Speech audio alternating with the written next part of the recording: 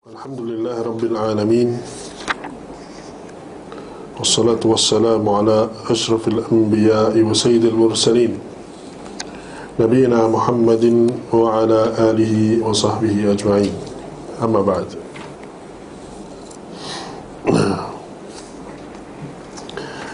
Kita masuk pada, atau kita mula dengan kitab Fathul Majid. Fathul Majid,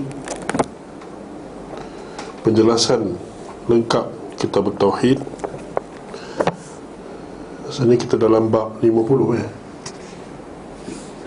Betul? Siapa boleh confirm? Bab 50 Bani Arif?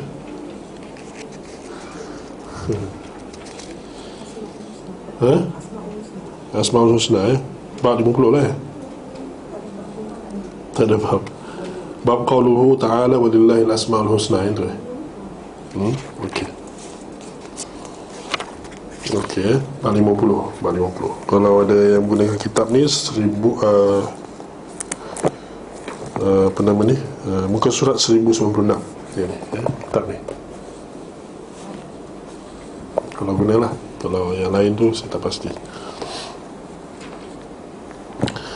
Jadi kandungan daripada kitab asal ni, sebelum kitab syarah ni, iaitu babu, dia tulis tu babu qauluhu tapi di sini kalau nak lebih tepat babun qauluhu ta'ala ataupun babu qaulihi ta'ala. Ada dua cara dua cara nak baca.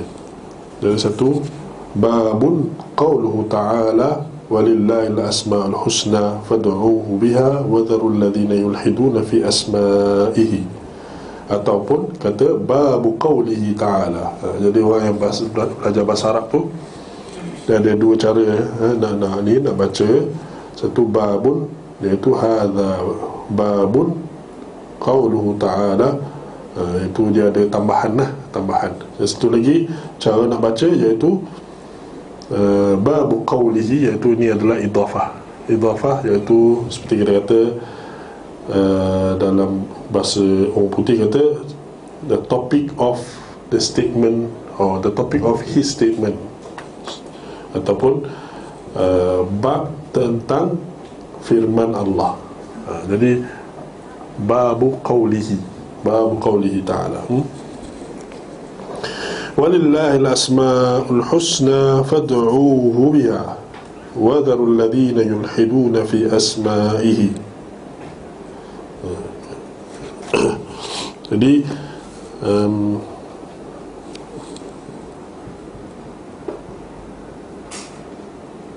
saya buka kitab asal dia dalam bahasa Arab. Okey. Dia kata sini bab firman Allah Ta'ala, hanya milik Allah asma'ul husna. Walillahi, lam tu lam al-milk, maknanya ke milik. Lam milik. Jadi milik Allah adalah apa? Al-asma'ul husna. Fad'uuhu biha, mohonlah kepadanya dengan menyebut nama-nama tu, nama-nama asma'ul husna tadi. Wa dharul ladzina yulhiduna fi asma'ihi, dan tinggalkanlah orang-orang yang menyimpang dari kebenaran dalam menyebut nama-namanya, tentang nama-namanya, tentang nama-nama Allah SWT. Kemudian dia sebut kat sini hadis, Zakara Ibnu Abi Hatim telah menyebutkan an Ibn Abbas, daripada Abdullah bin Abbas. Dia meriwayatkan, dia sebutkan daripada Abdullah bin Abbas, sahabat Nabi radhiyallahu anhu. Yulhiduna fi asma'ihi, bahagian ayat yang tadi tu, yulhiduna fi asma'ihi tu, iaitu mereka yang menyimpang, orang-orang yang menyimpang dari kebenaran dalam nama-namanya tu. Ini bermaksud yusyrikun, iaitu mereka mempersekutukan syirik lah, syirik. Wa anhu sammu al-Lata min al-ilah wal-Uzza min al-Aziz. Dan darinya daripada syirik itulah, di antara syirik tu, wa anhu sammu, mereka menamakan al-Lata min al-ilah, daripada al-ilah, wal-Uzza daripada al-Aziz. Al-Uzza, al-ilah tu dengan al-Aziz. Al-ilah tu bukan nama Allah lah. Al-ilah tu bukan nama Allah, tapi al-ilah tu asal daripada nama Allah. Tu mungkin kita jelaskan kejap lagi. Dan Aziz itu nama Allah, tapi mereka ubahkan kepada lain dan sebutkan dia dalam dengan ta'nith, dengan menjadikan nama tu berjantina betina. Kemudian wa 'anil a'mash, dari al-A'mash, yudkhiluna fiha ma laysa minha, mereka memasukkan sesuatu yang bukan darinya ke dalamnya. Dia benda lain-lain lah yang tak masuk asalnya, dia masukkan dalam apa, sebagai nama-nama Allah. Okey, itu dua kandungan yang dalam bab ni saja. Dua kandungan dalam bab ni saja. Dia sebut bab qaulihi. Jadi dia guna apa, tajuk bab tu sendiri, bab qaulihi ta'ala, bab firman Allah ayat tu. Okey. Jadi bab firman Allah ayat ni, kenapa dia buat macam tu? Sebab tak adalah yang lebih menjelaskan ia sebagai nama topik tu, bab tu, kecuali ayat ni. Itu dia guna terus, tak payah nak guna perkataan dia lah. Satu lagi, ini adalah cara yang mana Imam Bukhari sendiri buat macam ni. Imam Bukhari dalam kitab Sahih Bukhari, dia pun buat macam ni. Banyak dia letak babu qaulihi, babu qaulin Nabi, begitu. Dia gunakan terus ayat ataupun hadis ataupun kata-kata ulama. Jadi kat sini ada miripnya antara Syekh penulis kitab asal tu, bukan kitab penjelasan, kitab yang asal, sama kesamaan dia dengan cara apa, Imam Al-Bukhari. Oleh itu pernah berlaku yang mana orang itu dia nak dia apa ni, ujilah seseorang ni, dia cabutkan kitab tauhid, kitab tauhid tu yang asal tu, cabutkan dia punya ghilaf, dia punya cover, bagi pada seseorang ni, letak kat situ, bagi dia baca. Jadi dia baca, dia tengok, masya-Allah, kitab ni bagus, macam kitab Imam Bukhari, gitu. Macam kitab Imam Bukhari. Dan jadi maknanya kita lihat kesamaan itulah. Orang yang bijak ni, dia ikut orang yang bijak lah, begitu.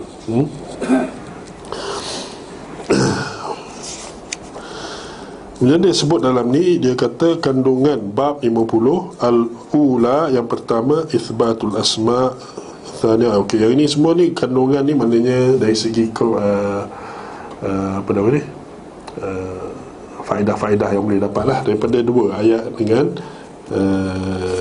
qaul Ibn Abbas tadi, dan daripada Al-A'mash. Tak apa, kita baca dia punya syarah dia, insya-Allah.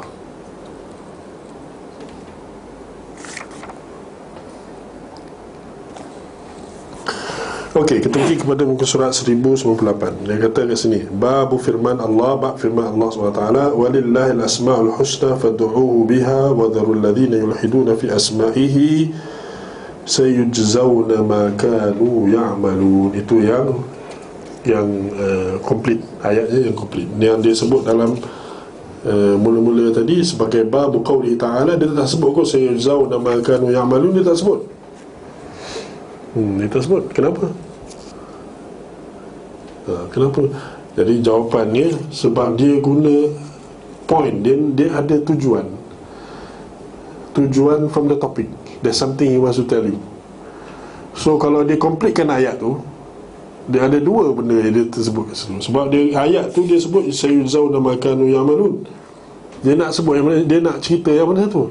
Adakah dia nak cerita pasal Asmaul Husna itu, nak doa dengan dia ke? Ataupun dia nak cerita pasal orang yang baca Asmaul Husna dia akan dapat pahala? Mana satu nak cerita? Jadi dia jadi confused. Dia potong ayat tu. Bukan potong lah, maknanya dia tinggalkan bahagian hujung ayat tu. Dia ambil yang bahagian depan tu. Nak cerita apa? Nak bagi tahu bahawa what I'm trying to say kat sini, apa yang saya nak beritahu kat sini adalah poin ini, iaitu Allah ada nama-nama yang cantik. Maka berdoalah dengannya, bertawassullah dengannya, dan tinggallah orang-orang yang menyimpang daripada itu. Itu dia punya tujuan. Oleh itu dalam kitab Qurratul Uyun Al-Muhyiddin, ada penulisnya dia kata maksud kat bawah, dia ada footnote dia. Maksud penulis dengan penamaan bab ini adalah membantah orang-orang yang bertawassul dengan orang-orang yang sudah mati. Dia hendak menjelaskan bahawa yang disyariatkan adalah bertawassul dengan nama-nama Allah yang husna dan sifat-sifatnya yang tinggi serta amal-amal yang saleh. Tu tujuan. Jadi bila kita tahu tujuan, maka kita tahu kenapa dia buat sesuatu itu. Macam ni dia tinggalkan bahagian ayat sayujzauna ma kanu ya'malun dalam kitab asal. Dalam kitab asal. Kitab yang ini, yang syarah ni dia letaklah semuanya sebab dia syarah penjelasan. Okey. Kemudian dalam ayat ni kita lihat dia kata walillahil asmaul husna. Nah, bagi tahu kat sini kalau dia ada sebut al asmaul husna lillah, boleh tak? Al asmaul husna lillah, kalau dia letak macam tu instead of walillahil asmaul husna. Ni ada beza sikit lah. Kalau dalam ni maknanya dia ada seolah-olah macam ada al-hasr, dia limitkan seolah-olah dia kata milik Allah apa? Al-asmaul husna, milik Allah saja, iaitu al-asmaul husna, dan al-asma yang tak husna pun tak ada. Itu seolah-olah begitulah. Lepas tu dia kata fad'uuhu biha, maka berdoalah, panggillah, call him, supplicate to him with it, biha, dengan nama-nama tu. Biha dia guna perkataan dhamir ganti namanya ha tu perempuan satu, so singular perempuan. Kenapa? Sebab ni nama-nama, cerita pasal nama-nama. Nama-nama dalam kalau macam ni dia memang dia letak dalam bahasa Arab lah kaedahnya. Kalau kita cerita pasal benda yang ghair aqil, yang bukannya manusia, jadi kita nama-nama tu bukan manusia, bukan sesuatu yang berfikir, tak ada, just nama-nama, names. So names ni dia maka kalau nak cerita yang banyak dia akan guna singular plural, singular feminine. Ini nak kita tahu lah. Ni bagi orang yang belajar bahasa Arab lah. Kalau tak belajar bahasa Arab, dia akan terkebir-kebir lah, tak tahu apa maksud ni. Jadi cakap bahasa Arab ni ada pernah saya masa dengan Syekh dulu, ramai-ramai belajar dengan dia. Lepas tu ada seorang ni, dia mula ini soal jawab mula biasalah. Dia tanya ni, lepas tu ada orang terjemah dalam bahasa orang putih ni dekat UK. Jadi dia terjemah. Lepas tu satu kali tu ada orang ni tanya dalam bahasa Arab, lama je dia tanya lama. Lepas tu Syekh tu pun jawab. Lepas tu dia pula tanya lagi. Orang yang terjemah tu terdiam, tengok macam pimpong lah, macam orang main tenis kan, tengok itu ini. Lepas tu dia nak mula terjemah ni, dia kata baik, ini menunjukkan bahawa kita orang kena belajar bahasa Arab. Senang cerita kan. Ini kelebihan orang yang belajar bahasa Arab. Okey, so itu apa tu, itu kira signal apa, bukan apa ni, isyarat sikit lah, supaya kita kat sini kalau boleh ada masa belajarlah bahasa Arab sikit-sikit. Kena ada. Sebab rugi kita. Saya sendiri mula-mula belajar agama lah, kata kita belajar dekat Malaysia bahasa Melayu, kitab bahasa Melayu atau bahasa Indon. Lepas tu pergi ke UK, England, belajar kat sana. Mula jumpa kitab bahasa Inggeris.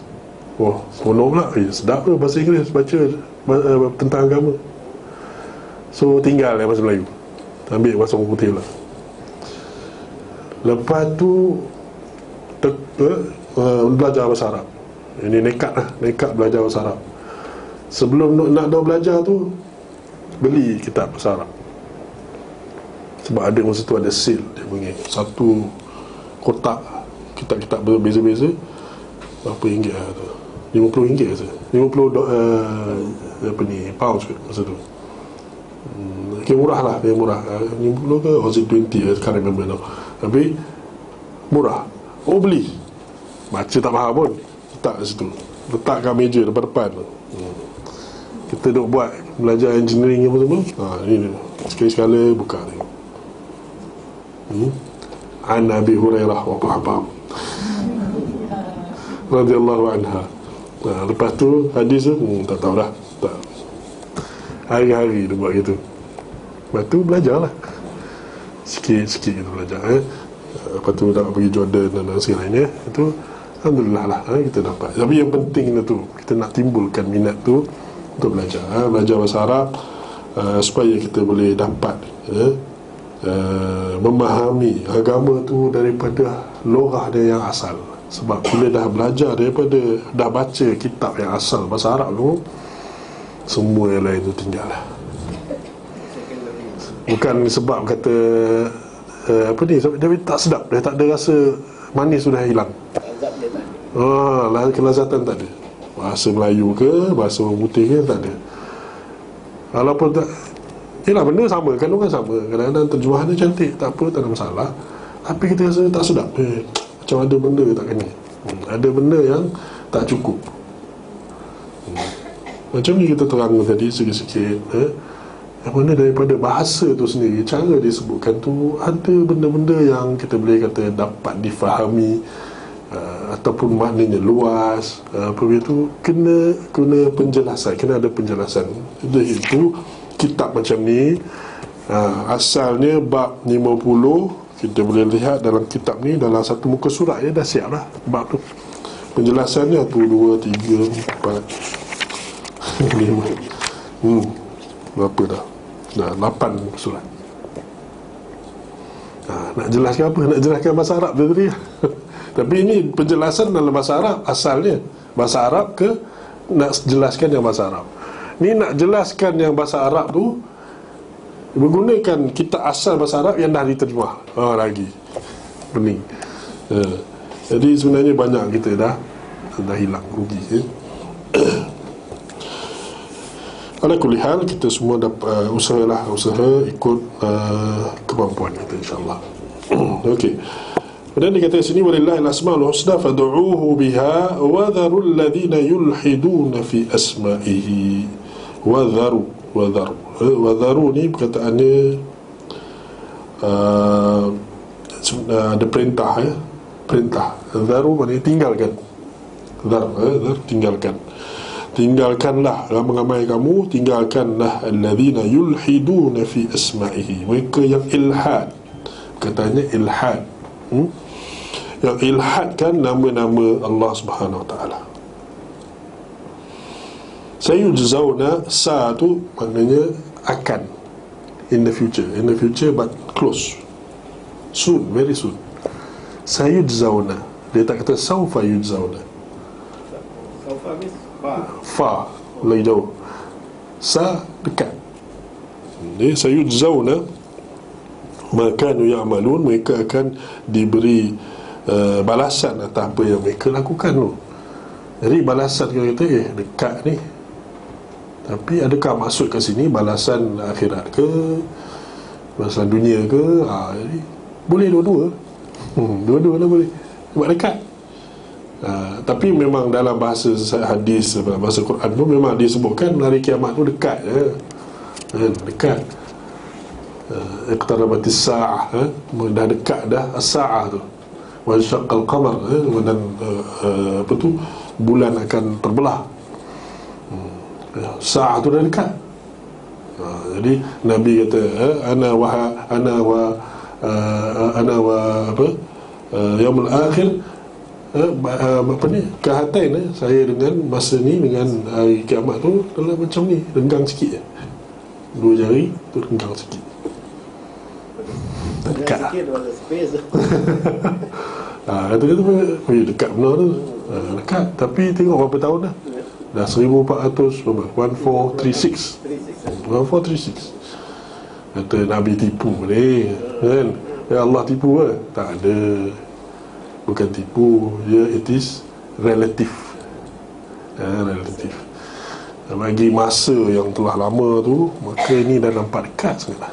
Dah dekat. Nampak dekat. Bila ianya tak tahu, Allahu a'lam. Ada orang kira siap menggunakan perkiraan ini berapa tahun, berapa umur dunia lah, apa semua tu. Itu semua kalau kita pernah baca, maka ianya sebenarnya tidak ada yang sahih. Tak ada yang sahih. Yang itu nak baca pun tak ada apalah, tak ada apa. Sebab actually the end of the day, kita akan tengok pada apa yang sebenarnya berlaku. So those things sebenarnya is just anggaran ke apa, kita boleh kata gitulah. No one knows. Okay. Wa yulhiduna fi asma'i sayuzuna ma kanu ya'malun. Okay. Okay, dia sebut kat sini hadis dari Abi Hurairah. Ni penerang dia, orang yang syarah ni kata dari Abu Hurairah radhiyallahu anhu bahawa Rasulullah sallallahu alaihi wasallam bersabda, inna lillahi tis'atan wa tis'ina isman. Sesungguhnya, lillahi maknanya milik Allah, tis'atan wa tis'ina isman, 99 nama milik Allah, 99 nama. Mi'atan, 100, illa wahidan, kecuali satu. 100 kecuali satu, maknanya 99 lah. Maknanya kenapa Nabi ulang-ulang ni? Benda sama. Nak make sure kita faham, nak make sure kita dapat the right figure. Macam kita tulis kadang-kadang, kita kata satu, lepas tu bracket, tak, satu. Atau kita tulis cek tu kan, tulis cek, berapa cek ni? 10,000. Lepas tu kat bawah tu ada tulis ringgit Malaysia 10, kena tulis 10. Dia kena tulis 10 je lah. Jadi siapa tak pergi sekolah susah. Dan macam tu lah lebih kurang. Jadi inna lillahi tis'atan wa tis'ina isman mi'atan illa wahidan man ahsaha dakhala al-jannah. Siapa yang hitungnya dakhala al-jannah, masuk syurga. Wa huwa witrun yuhibbul witr. Dia ganjil dan suka yang ganjil. Ini hadis riwayat Bukhari dan Muslim dari hadis Sufyan bin Uyainah. Okey.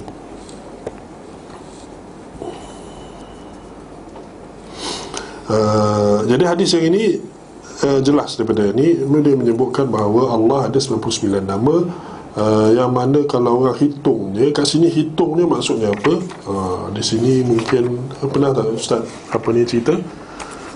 Hitung ni maksudnya apa? Hitung di sini maksudnya siapa yang menghafalnya, kemudiannya beramal dengannya, menggunakannya dalam amalan, dalam doa, dan ikut apa maksud dia tu, kita sematkan di hati. Amalan kita semua dengan background of nama-nama Allah tu. Contohnya kita nak kita ada apa nama ni, kita bekerja, contohnya kita bekerja, dapat rezeki untuk anak isteri, untuk apa, keluarga lah, untuk keluarga, nak bagi makan keluarga, nafkah. Jadi kita duduk kerja tu dapat apa? Dapat duit. Contohnya orang kerja sebagai Pak Gad lah, contohnya security. Lepas tu dia kerja kat situ, tengok-tengok dia tukar-tukar shift dia apa semua. Tahu-tahu hari Jumaat dia tak boleh nak berhenti daripada apa tu, dia tak boleh nak pergi solat Jumaat. Tu macam mana? Dia macam mana? Jadi dia kata, Allah, aku tak pergi, tak boleh lah. Maka dia berhenti. Sebab apa dia berhenti? Sebab Allah War-Razzaq. Allah War-Razzaq, nama Allah adalah Ar-Razzaq, yang maha memberi rezeki. Yakin dia dengan itu, dia berhenti kerja yang menghalang dia daripada taat Allah Subhanahu Wa Taala. Itu dikatakan sebagai menghitungnya. Tapi kalau dia duk kata Allah tak boleh pergi, dia pun nak buat macam mana dah? Itu kerja juga kan, kerja juga. Dia terlupa Allah War-Razzaq. Orang yang ni tak ada, dia dah lari daripada tu. Itu pasal dia kata siapa yang hitung tu masuk syurga, sebab dia amal ikut ilmu dia tu. Kalau dia tak buat, dia masuk mana? Na'udzubillah lah. Jadi itu yang kita kena faham. Maksudnya aman ahsaha, iaitu hitungkannya tadi. Lepas tu masuk syurga. Benar, Allah witr yuhibbul witr. Jadi kat sini isyarat kepada apa? Isyarat kepada tauhid. Kan witir maknanya kita duk fikir witir, solat witir 3 rakaat macam mana? Allah witir solat rakaat 3 rakaat ni. Tak, witir maknanya ganjil. Dia ganjil satu. Dia tak ada dua, tak ada yang sama dengan dia, tak ada ganjil. Itu maksudnya. Jadi dia sukakan witir. Jadi itu pasal banyak amalan-amalan dia pentingkan witir ni. Solat witir, itu dalam solat siang pun ada witir juga, itu apa? Solat siang, solat malam. Solat semua 5 solat tu ada witir yang fardu, iaitu apa? Solat maghrib. Lepas tu solat yang sunat pun dia ada witir. Kemudiannya amalan-amalan, kalau kita ambil wuduk ada witir, iaitu kita sampai 3. Kurang-kurang 1, tapi kita 3. Lebih betul tak boleh. Kalau istinja, contohnya istinja, witir juga. Istinja itu guna batu ke kayu ke benda yang kesat untuk kita bersihkan farash. Bila kita buang air besar atau kecil, bersihkan tu. Itu witir. Kalau tak witir, kalau kita dah bersih benda kemaluan tu, dah bersih dengan genap 4 contohnya, kita guna 4 kali, dah bersih dah, witirkan juga. Witirkan juga, maknanya buat yang kelima. Walaupun dah bersih, buat yang kelima. Mandi jenazah. Macam mana? Iksilna, Nabi kata iksilna thalathan atau khamsan atau saban in ra'aitunna. Jadi yang mana apa? Basuhlah, mandikanlah dia 3, 5, 8, 7, macam tu Nabi sebut. 3, 5, 7. Jadi witir, ganjil. Jadi semua isyarat, semua dalam agama kita ni banyaknya ke arah itu. Sebab apa? Innallaha wal witr wa huwal witr wa yuhibbu al-witr. Okey. Dan dia kata sini okey, dia satu riwayat tu diriwayatkan oleh Bukhari dalam Muslim dari hadis Sufyan bin Uyainah. Kemudian dia sebut kat situ dalam bracket dalam ni dia kata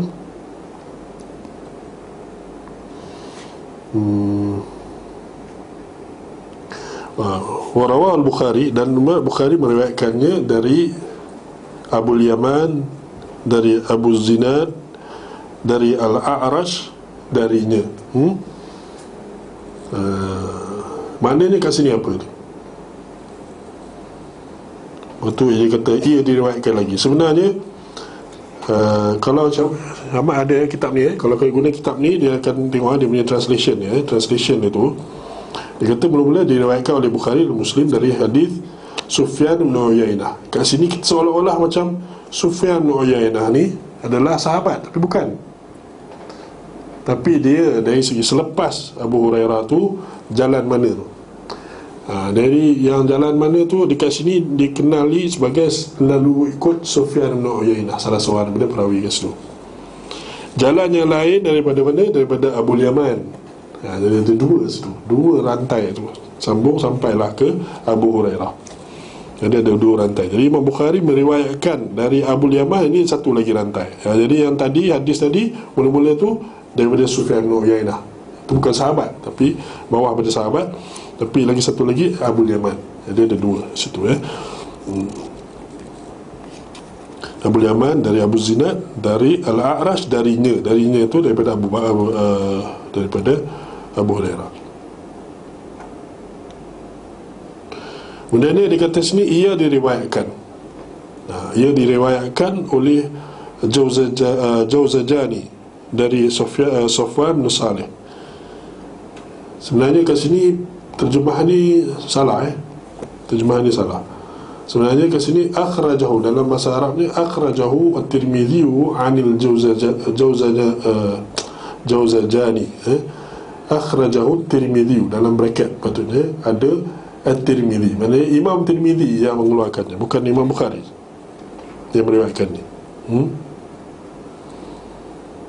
Jadi dia seolah-olah macam kat sini terjemahan dia bukan nak kata salah apa, tapi dia tidak terangkan kat situ bahawa ianya daripada orang lain, bukan daripada Bukhari, bukan riwayat Bukhari. Ni riwayat At-Tirmidzi. Dalam riwayat Tirmidzi dia keluarkan daripada Al-Jawzajani an Safwan bin Salih an Al-Walid bin Muslim an Shu'aib bisanadihi, dengan sanadnya mithluhu, sepertinya. Dan dia menambahkan wazada ba'da qawlihi, maknanya wazada dari sini, dan dia menambahkan setelah sabdanya yuhibbul witr, dia tambahkan apa? Dia tambahkan kata-kata bawah tu, huwallazi la ilaha illahu ar-rahmanur rahimul malikul quddusus salamul mu'minul muhaimin. Jom kita nyanyi sama sampai as-sabur. As-sabur. Jadi kat sini apa nama? Yang ini riwayat At-Tirmidzi. Ini riwayat Tirmidzi, bukan dalam Sahih Bukhari Muslim. Jadi takut nanti kan kita duk baca ni, kita duk ingat yang banyak ni riwayat Bukhari. Oh, ni sahih ni. Sebenarnya yang ini tidak sahih. Tidak sahih. Oleh itu dia kata kat sini, dia sebut ni semua, lepas tu dia ada terjemahkan nama-namanya, dikata. Kemudian At-Tirmidzi berkata, ini adalah hadis gharib. Ini adalah hadis yang ganjil. Gharib maknanya maksud dia ganjil, tapi maksud dalam istilah bahasa Arab, mustalah hadis, maknanya hadis yang satu perawi ada. Susah nak cakap ni. Mana nak kata, dia diriwayatkan oleh seorang. Nak kena guna bot juga. Tadi kata dia tak bagi ni kan, dia kena angkat ni pula. Kejap.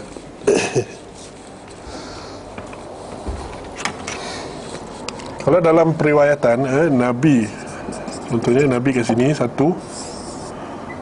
Kalau dalam apa nama ni, periwayatan dia ada jalur apa ni, isnad sanad tu. Atas ni sanad Jadi biasanya mungkin banyak, mungkin macam ni, ataupun mungkin ataupun mungkin macam ni.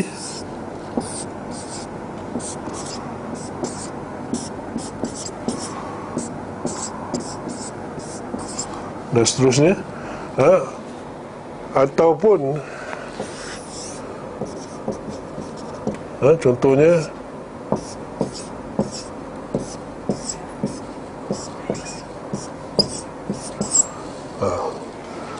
ni dari segi jalurnya, maknanya orang yang meriwayatkan lah daripada Nabi dan seterusnya. Jadi kalau kat sini contohnya hadis yang ini dia tidak, dia panggil apa? Dia panggil, dia akan lagi banyak, makin banyak. Ini akan dia panggil hadis masyhur. Kalau dekat sini dia satu ni tak ada, dia ada dua saja, dan makin banyak dia adalah hadis aziz. Kalau dia satu kemudian dia bercabang, ataupun macam ni, dia mungkin ada dua, betul dia pergi ke satu. Asal ada satu je pada dalam mana-mana ni, ada satu, maka di situ dia panggil hadis gharib. Ni kena bawa ni. Okey. Jadi kat sini, kalau dia tiga, hadis masyhur. Kalau dia dua sahaja, dua macam ni, ini hadis aziz. Kalau yang satu, ini bukan dua, ni satu. Jadi kalau ni lah, kalau dia padam ni tinggal dua saja, dia aziz. Kalau dia satu macam ini, ataupun dalam keadaan macam ni ke, mana-mana, asalkan dalam jalur tu dia akan jadi tinggal seorang aja yang riwayat, seorang, dia semua bergantung pada orang ni, contohnya orang ni, atau bergantung pada orang ni sahaja, ini dia panggil gharib. Gharib. Kemudian kalau lebih daripada tu, contohnya 3 dan lebih, 4 ke 5 ke apa semua tu, masih lagi masyhur, sehinggalah satu mana kita kata, ni dah tak logik lah, kata boleh menipu ni, tak logik lah mereka ni boleh komplot, kata nak tipu satu hadis, kita buat kan, sebab ramai yang meriwayat ini. Yang itu dia panggil apa? Mutawatir. Dia panggil mutawatir. Jadi kat sini dia kata gharib tadi, yang ini, yang macam ini, ataupun yang satu macam ni, tapi ada satu hadis yang gharib, tak maknanya hadis gharib ni adalah hadis yang palsu, daif. Tak maknanya hadis yang daif. Hadis yang famous, iaitu hadis gharib, hadis innamal a'malu binniyat, itu hadis gharib, daripada Nabi Umar bin Khattab. Umar bin Khattab, kemudiannya semua yang meriwayatkan bawah tu semuanya satu, kemudian dia baru banyak. Jadi yang itu dimuatkan dalam kitab Sahih Bukhari, Sahih Muslim, Umdatul Ahkam, dan banyak lagi kitab. Jadi yang itu hadis sahih. Tak semestinya hadis gharib itu tidak sahih. Tapi kat sini Imam At-Tirmidzi kata hadisnya hadis gharib, nak tunjuk bahawa dia satu, dia rely on one of the, ada salah satu daripada ni, ada satu saja orang. Jadi bila macam ini, dia kena hati-hati.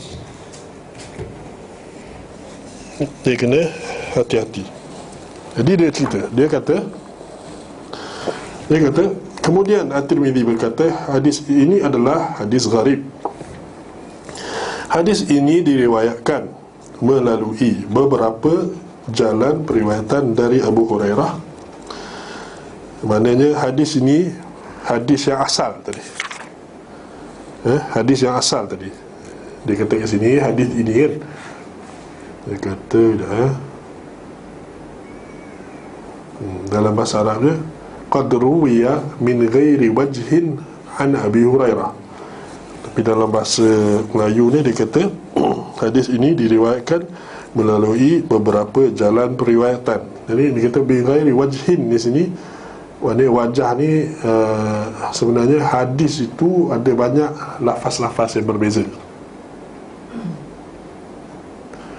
dan juga periwayatannya, jalurnya yang berbeza. Tapi dia kata sini, kami tidak mengetahui dalam banyak riwayat tersebut disebutkannya nama-nama Allah selain dalam hadis ni. Maknanya dia kata kat sini apa maksud dia? Hadis tu satu lagi nak kena terangkan. Istilah ulama hadis iaitu setiap hadis adalah unik dari segi apa? Dia kena ada matan dengan isnad. Kena terangkan ya semua. Okey. Qala an-nabi sallallahu alaihi wasallam innama al-a'malu binniyat. Okey. Okey, hadis ni. Ini qaulun Nabi sallallahu alaihi wasallam, ini matan. Matan maknanya teks. Yang ini isnad. Dalam istilah ulama hadis, dia kira satu hadis ni adalah matan dengan isnad dia sekali. Kalau matan dia sama, isnad dia berlainan, ada dua isnad, dia jadi dua hadis.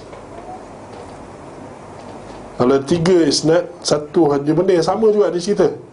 Hadis matan dia sama, dia ada tiga isnad, tiga jalur ni, tiga hadis. Itu pasal Imam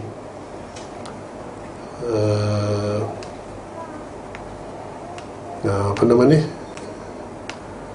Imam Ahmad bin Hanbal, dia dikatakan telah menghafal 1 juta hadis. Imam Abu Daud 200,000 hadis, dan lain-lain lagi. Itu mana dapat dia 200,000 ni? Kita tahu Abu Hurairah 5,000 lebih hadis, kan? 5,000 lebih.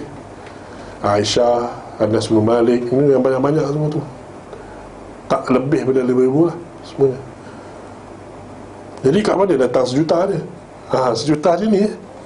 Setiap isnad ni satu isnad kepada satu hadis. Jadi kalau satu hadis ni ada 10, 10 lah hadis tu, kira 10 hadis.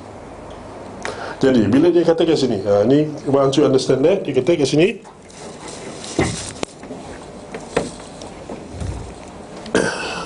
okay, dia kata kat sini, kami tidak mengetahui dalam banyak riwayat tersebut disebutkannya nama-nama Allah selain dalam hadis ni. Maknanya satu tu je, dengan isnad tu, yang itu je. Itu maksud dia. Bukan maknanya jadi confuse lah kata kan. Kita tahu cerita je innalillahi wa hadis tu, kan. Lepas tu dia kata pula, hadis ini diriwayatkan melalui beberapa jalan periwayatan. Jadi kat situ dia kata hadis ini boleh diriwayatkan ikut jalan periwayatan yang berlain-lain beberapa. Lepas tu dia kata dalam banyak-banyak riwayat hadis ni dia yang sebut nama-nama Allah. Jadi yang ni hadis, yang itu pun hadis juga. Jadi confusing. Jadi cara nak memahami ni adalah macam ni. Bila dia kata kat sini, ini adalah hadis yang gharib, dia rujuk kepada hadis matan tu dengan isnad tu sekali. Yang ni yang gharib. Lepas tu dia kata hadis ini diriwayatkan oleh beberapa jalan periwayatan ataupun beberapa lafaz pun sama. Dia maksud wajah tu dua-dua. Maksudnya dua-dua. Wajah, kita kata rupa lah. Hadis ini diriwayatkan beberapa rupa, ghairi wajhin dalam bahasa Arab. Maknanya rupa hadis ni berbeza-beza. Sama ada matan berbeza ataupun isnad. Matan atau isnad. Jadi yang itu ada beza. Tapi dia tak tahu dalam banyak-banyak yang ni semua, yang ada sebut nama-nama Allah yang banyak-banyak ni, yang sebut wallahu alladzi la ilaha illa huwar rahmanir rahimul malik, yang kita duk nyanyi.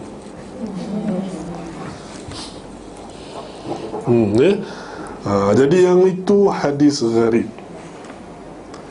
Jadi bila banyak-banyak hadis tu yang isnad dengan matannya tu banyak-banyak tu, hanya satu je yang jalur tu yang duk sebut nama-nama ni, ulama' dah mula syak. Dia kata something wrong. Kenapa pula ulama' lain tak sebut? Kenapa hadis saya tu perawi-perawi lain tak sebut? Jadi itu tanda soal. Jadi dia kata yang menjadi pijakan, tu dia macam mana pijakan ni. Ini bahasa Indonesia Jadi walladhi awwala alaihi jama'atun min al-huffaz anna sad al-asma' fi hadha al-hadith mudrajun fihi. Okey. Dia kata apa yang diyakinkan lah, yang diyakinkan, yang keputusan mereka lah selepas dia tengok ini keadaan ni macam ni, kita rasa kita putuskan bahawa Beberapa hufaz dia kata yang menyebutkan, dia kata bahawa disinggungnya nama-nama Allah, maksud disinggung ni yang menyebutkan nama-nama Allah, hadis yang menyebutkan nama-nama Allah yang 99 tu yang itu hadis itu adalah mudraj. Mudraj ni apa benda pula? Mudraj ni adalah maknanya ada interpolation kalau bahasa orang putih, kalau bahasa Melayu ni bahasa Indonesia dia kata sini sisipan dari perawi, maknanya dia selit dalam. Orang yang meriwayatkan tu, salah seorang tu dia selitkan dalam tu sebutan ni. Mungkin dengan sengaja, mungkin sengaja, tapi dia tak maksudkan ia sebagai hadis Nabi. Mungkin dia terangkan. Sebab ini kebiasaan Contohnya, kita nak cerita pasal hadis Nabi, kita kata inna lillahi wa kita baca hadis ni lah, kita baca hadis ni dalam kelas ni. Contohnya dalam kelas ni, inna lillahi tis'atan wa tis'ina isman, ini bagi Allah ada 99. Siapa yang kiranya dapat masuk syurga. Okey. Lepas tu kita cerita lagi, nama-nama ini itu hadis Nabi, itu nama-nama ini kita boleh dapat daripada Al-Quran, daripada Sunnah. Dan ulama-ulama ada yang mengumpulkannya. Jadi yang mana dikumpulkan tu kita sebut kat sini. Baik, yang kumpulkannya 99, iaitu Ar-Rahman, Ar-Rahim, gitu lah sebut terus, yang mana sampai dah As-Sabur tu sebut. Jadi di antara kita yang belajar kat sini ni, ada seorang tu dia nak pergi beli air, nak pergi beli air sangat. Lepas tu dia kata, kita baru baca hadis kan, Allah ada 99 nama, 99, dia siapa kira dia masuk syurga. Masa tu dia tengah pergi toilet, dia masuk tu dia dah hilang. Pergi sekejap, lepas tu dia keluar. Masa tu kita duk cerita pasal apa? Nama Allah tadi, iaitu nama Allah adalah Ar-Rahman, Ar-Rahim. Dia ingat yang itu hadis, sebab dia tak dengar yang in between tu, dia tak dengar. Contohlah ni, contoh Jadi yang macam ni yang boleh jadi kesilapan pada perawi tu. Ataupun guru cerita, guru cerita kaliber macam saya ke, contohnya orang mengantuk contohnya cerita, lepas tu tersebutlah ini lillahi sampai hadis sampai bulu witr. Kemudian kita cerita juga, cakap lah, kata ini ulama-ulama ada cakap, dia ada terangkan nama-nama Allah apa tu. Orang yang duk dengar ni, duk catat ni, ada yang mengantuk. Lepas tu kita sebut pula nama iaitu Ar-Rahman Ar-Rahim, masa tu dia segar balik. Orang yang belajar, dia punya silap, dia punya silap. Ataupun macam-macam lagi lah kemungkinan. Ini nak bagi tahu contoh. Jadi itu pasal boleh jadi perbezaan macam ni, yang mana riwayat-riwayat ada banyak, semua tak ada yang sebut nama-nama Allah. Tiba-tiba ada satu tu ada sebut. Dekat sini ulama kajilah, betul ke riwayat ni, adakah dia bercanggah dengan yang lebih kuat daripada dia atau tidak. Dan yang lain-lain, mungkin guru-guru dia ada yang sama, tak ada pula sebut. Dia tak ada pula sebut ni. Bukan. Tadlis dia gunakan perkataan an, dan dia guna an tu kebarangkaliannya antara dia dengan orang yang disebut tu, ataupun antara guru ni. Dia kena ni juga. Contohnya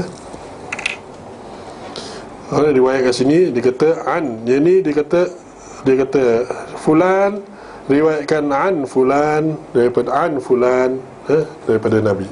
Di sini an contohnya. Tapi orang ni yang meriwayatkan ni, contoh sini, yang kat sini guru dia ni mudallis. Mudallis ni orang yang buat tadlis macam tersebut. Mudallis dia guna perkataan an.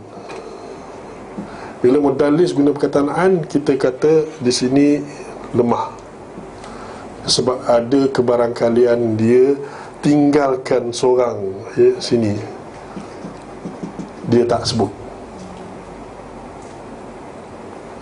Jadi di sini tadlis ni ada macam tadlisul buldan, tadlis ni ada lagi. Jadi itu banyaklah, nak cerita panjang, tapi yang penting ni tu dia membuatkan orang sangka sesuatu tapi bukan, dia dah tutup sesuatu.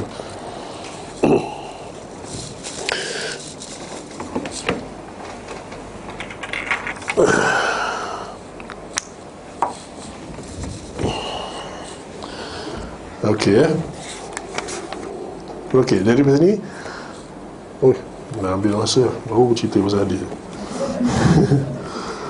Aduh. Okey, dia kata kat sini, okey, baik. Di sini yang apa yang jadi pijakan ataupun yang mereka ialah putuskan, iaitu Hafiz ni, beberapa orang Hafiz dia kata yang menyebut hadis yang menyebut nama-nama Allah itu adalah mudraj, iaitu nama-nama yang dimasukkan tu adalah sisipan daripada perawi. Hal itu sebagaimana yang diriwayatkan oleh Al-Walid bin Muslim dan Abdul Malik bin Muhammad As-San'ani dari Zuhair bin Muhammad bahawa dia mendengar dari beberapa orang ulama. Nampak? Nak cerita pasal ulama pun dia ada guna isnad juga. Ini cara mereka dulu. Sekarang tak ada lah. Sebab apa? Sebab ada video kamera, ada iPhone lah. Rekod je. Tapi itu pun boleh menipu dia. Jadi tak boleh. Elok lagi cara dulu. Kemudian dia kata bahawa dia mendengar dari beberapa orang ulama bahawa mereka mengatakan demikian. Maknanya dia dengar ulama kata macam itulah, ini hadis ni adalah mudraj, sisipan para perawi. Yang ni para ulama itu telah mengumpulkannya dari Quran sebagaimana yang diriwayatkan dari Ja'far bin Muhammad, Sufyan dan Abu Zaid Al-Lughawi, wallahu a'lam. Maknanya ulama-ulama ni kata sebenarnya dia orang letak benda tu dalam tu. Dia kata dia daripada ijtihad mereka.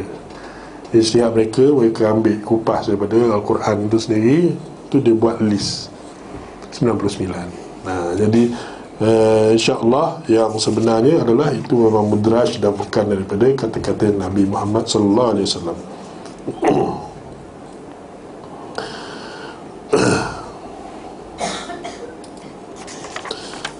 Jadi list ni adalah ijtihad lah, bukannya for sure, bukan sure, bukan yang kita dapat pastikan. Jadi kalau siapa nak tahu lebih, ada kitab-kitab yang lebih membincangkan Asma'ul Husna ni, dan mereka dalam kitab-kitab seperti itu banyak, lebih daripada 99 dia sebut.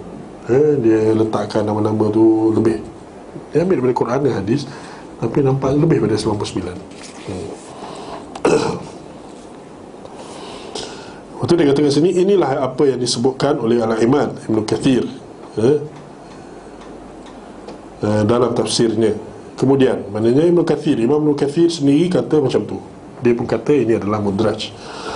Kemudian dia berkata hendaknya diketahui bahawa Asma'ul Husna tidak terbatas hanya pada 99 dengan dalil hadis yang diriwayatkan oleh Ahmad. Ni dia kita kata tadi, ulama-ulama yang kaji tu sebenarnya dia kira lebih pada 99. Apa dalil mereka? Ni hadis dia, dalil dia.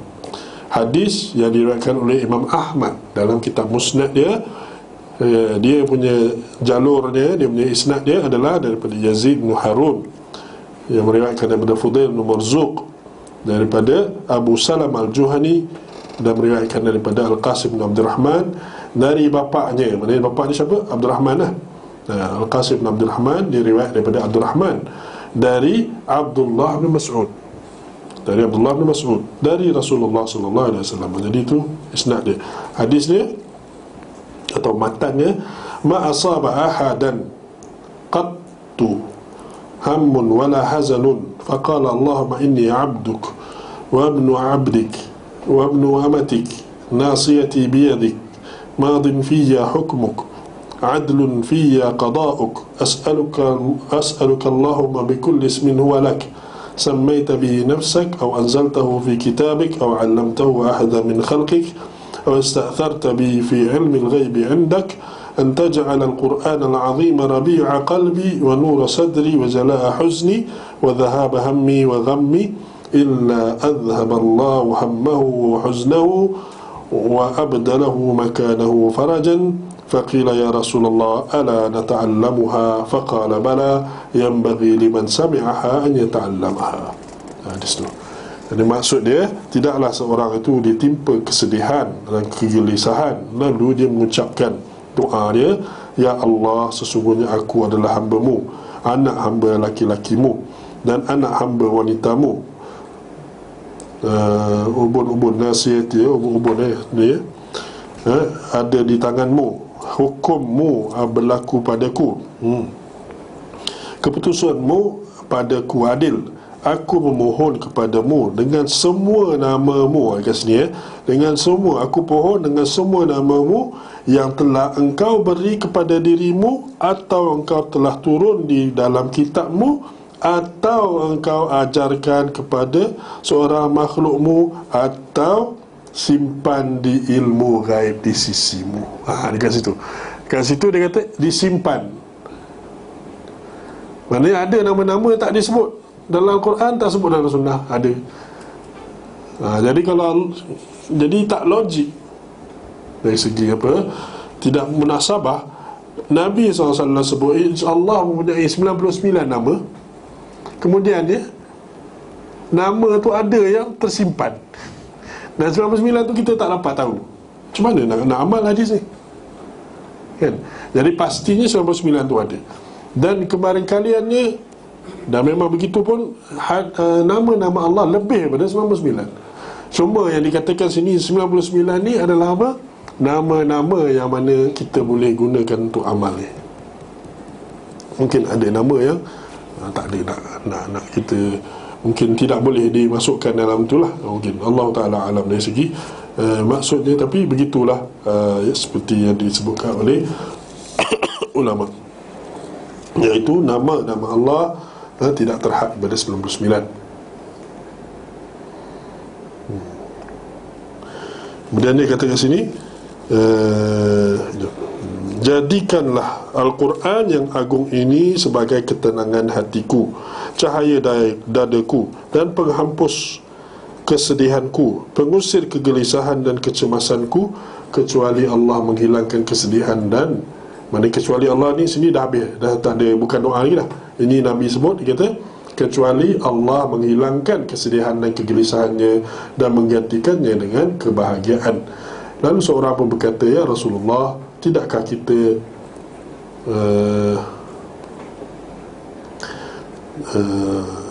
boleh kita kata, nak terjemah kata, tidakkah kita patut belajar benda ni? Gitu. Bukankah patut kita belajar ini nama-nama ni? Betul, Nabi kata, ya, orang-orang yang mendengarnya patut mempelajarinya. Jadi diriwayatkan oleh Ibn Abi Hatim dan Ibn Hibban dalam sahihnya.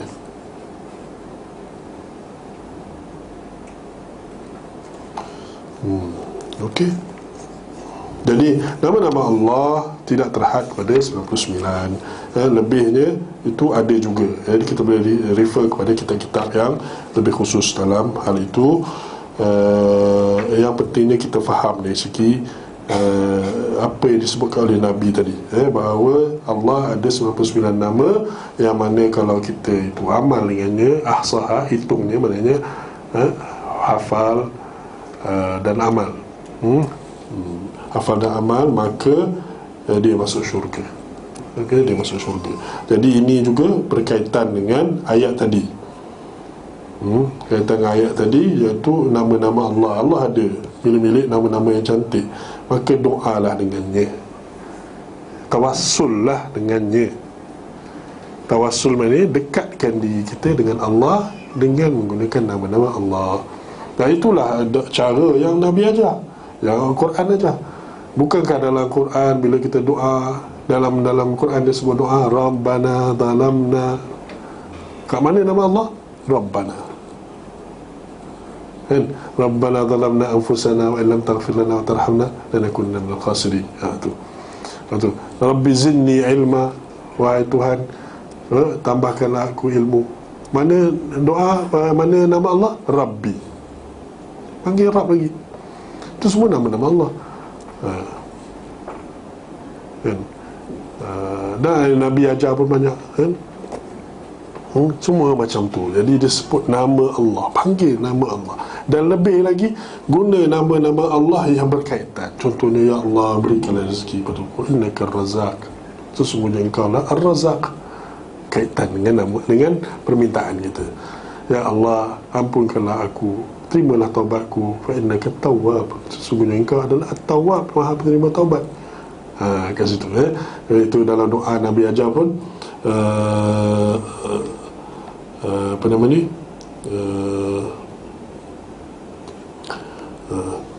tak sampai apa saya contoh apa doa ya muqallibal qulub, contohnya ya muqallibal qulub tsabbit qalbi ala dinik, kan? Dia panggil ya muqallibal qulub, yang mengubah-ubah. Itu nama Allah lah, muqallibal qulub. Contohnya